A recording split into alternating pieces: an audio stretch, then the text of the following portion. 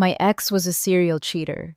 Caught him multiple times, but I was so convinced if I loved him hard enough, he'd change. Cringe.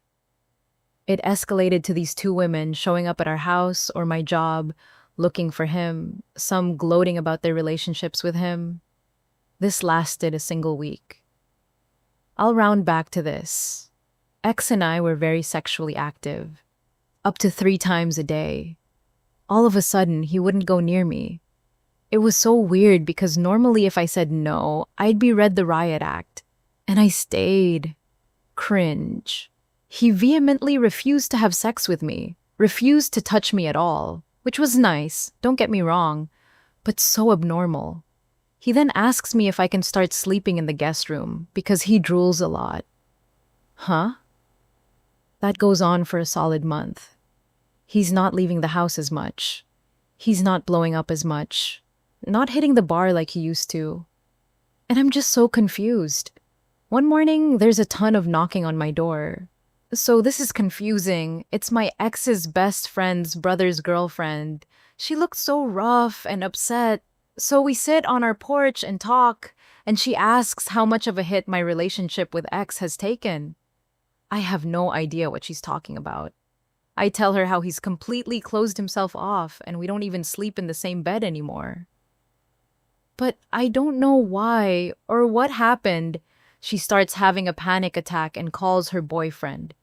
She starts crying that I probably have it, and I'm like, whoa, what is happening? Have what? Turns out the women who were harassing me that week were not just sleeping with my boyfriend, but were also supplying him with drugs. My ex, his best friend, bestie's brother, and girlfriend were all sharing utensils one night with these two women.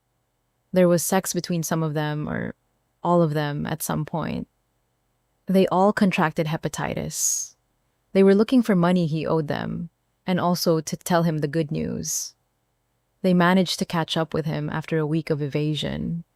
I about threw up after hearing everything laid out. I ran. I immediately got tested for everything and the kitchen sink. Luckily, from previous employment, I am vaccinated for Hep B. Clean bill of health everywhere else.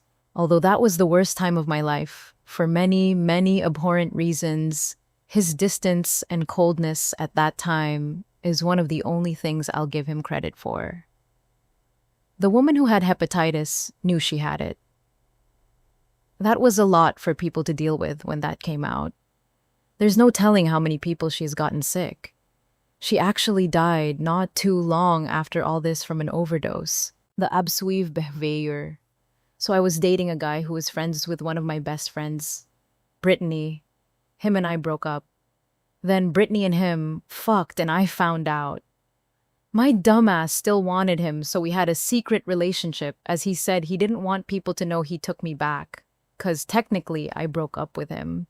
Anywho, fast forward 3 months, those two got caught being together downtown, and her and I found out he's been having a relationship with both of us the last 3 months, and fucked us on the same days, took us to the same spots, etc.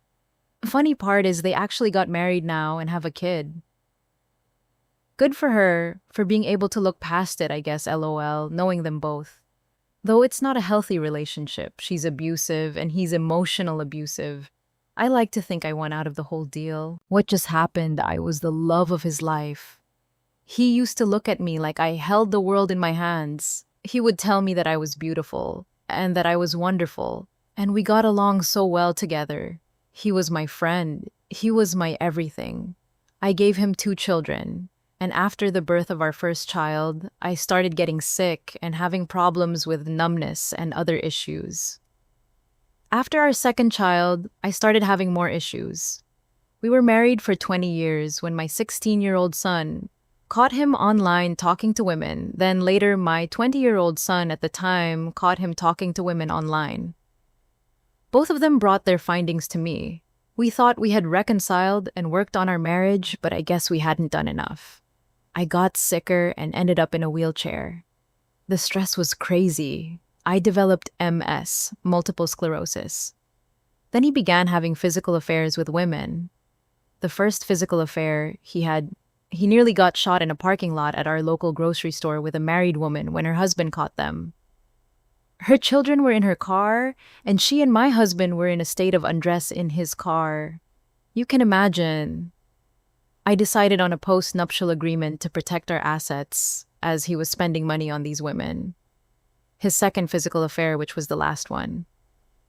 It really never got started. He called me and told me that he had to go on a trip to our state for a conference and had to take with him his intern who called herself his work wife.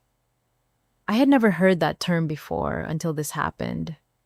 It kind of upset me. I refused to allow him to carpool and sleep in same hotel with that woman and pursued divorce. I threw all of his things I could get my hands on and started a fire. Bowling balls don't burn, by the way. My neighbors, my cousin the sheriff, and ex-boyfriend, the fire chief, were watching me. Burned it to dust. His newest AP, the intern, moved him out at the time our divorce went through. Actually, her husband and my ex, because I refused to let her in the house. Her hubby left her because the whole time he was helping, I was telling him my ex was cheating with his wife. So my husband and I are swingers, and we went with a couple that we've partied with a couple times to the Arizona Bike Fest, formerly known as the Laughlin River Run. I proceeded to get really fucked up, and my husband and I had a huge fight. So the first night I was there. I ended up giving an old man a blowjob for money, and then the next day I took an Uber to Vegas and fucked my old boss. And then at the airport on the way back to Los Angeles, ended up fucking a 25-year-old in the bathroom at the airport.